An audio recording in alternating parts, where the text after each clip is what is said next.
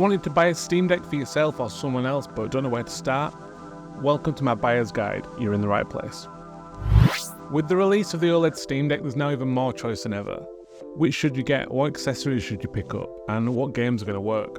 Now if you're still on the fence about getting a Steam Deck, check out my Why I Love the Steam Deck video and that might help you make up your mind. Now there are currently 5 different versions of the Steam Deck to choose from. There's the Steam Deck LCD 64GB, the Steam Deck LCD 256GB, the Steam Deck LCD 512GB with anti-glare, the Steam Deck OLED with 512GB, and the Steam Deck OLED with 1TB. Now unlike the other 4 models, the Steam Deck 64GB version does not have a solid-state hard drive. This means the load times will be a bit slower.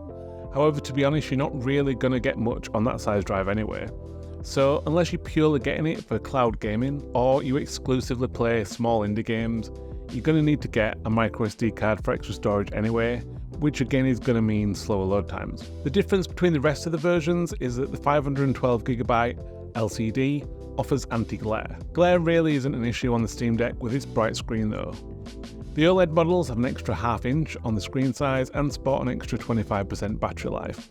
The original Steam Deck battery does suck, so an extra 25% on that is a nice upgrade. The charge wire is also an extra meter, which is very handy as you can't really plug in the other one and play at the same time. Now me personally, I'm quite confident with tech, so when I got mine, I got the 64GB one with the intention of upgrading the hard drive to a solid state drive at some point with more space. But all these months later, I've never needed to do that. I got a 256GB microSD card, installed that, and that's done me fine. That being said, when I got mine, the difference between the 64GB one and the 256GB one was about £100. Recently it's come down to about 40, and that seems a much more tempting offer. If I was getting one right now, that's probably the one that I would go for.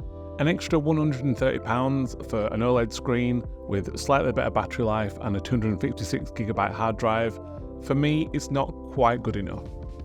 If that came down a little bit lower, I'd probably be tempted.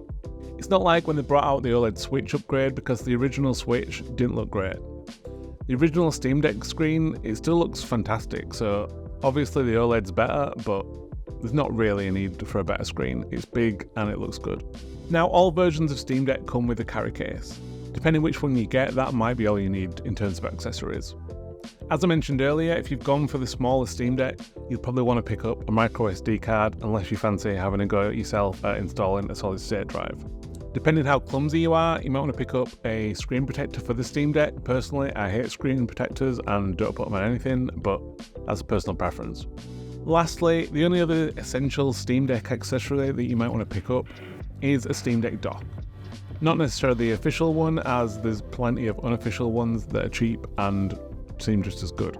Even if you're not planning on playing anything on the big screen via the Steam Deck, it's probably worth getting one anyway, as they're pretty cheap. It's somewhere to put your Steam Deck that looks nice rather than just keep it in its case all the time. They're essential if you ever do want to play any local multiplayer games.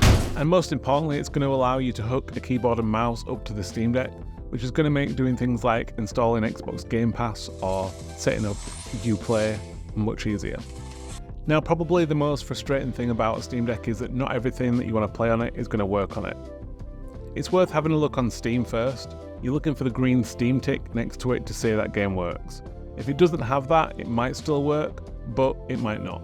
Games bought directly through Steam can be refunded if you've only played them for a couple of hours, so it's worth trying them out first.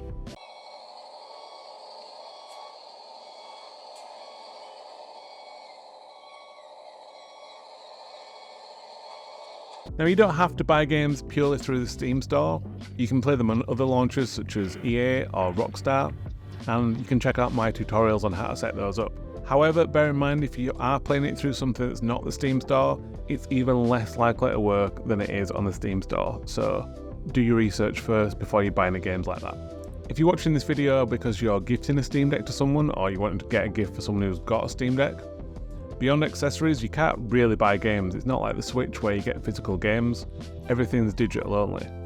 That being said, you can get Steam store credit or buy a game off CD keys, but again, you need to check how it's going to work first. If you want some actual game recommendations of what to play on the Steam Deck, make sure you subscribe to my channel as more videos like that are going to be coming, and I've already got some out there for stuff like Game Pass and PlayStation Plus. Now the last thing that I want to mention, which caught me by surprise when I first got the Steam Deck, is that the Steam Deck doesn't come boxed. It just comes in a case with a cardboard sleeve wrapped around it. If I'd have known this before I got mine, I'd have probably been more open to getting a second-hand one off eBay or somewhere, but all the ones I looked at, I couldn't see the box, so I was like, better get one new, as the collector inside me wanted the box. As you can see, I like boxes. This means that if you're a bit of a Dell boy and trying to buy a Steam Deck for someone second-hand and passing it off as new as a gift, you're probably going to struggle there. Nice try.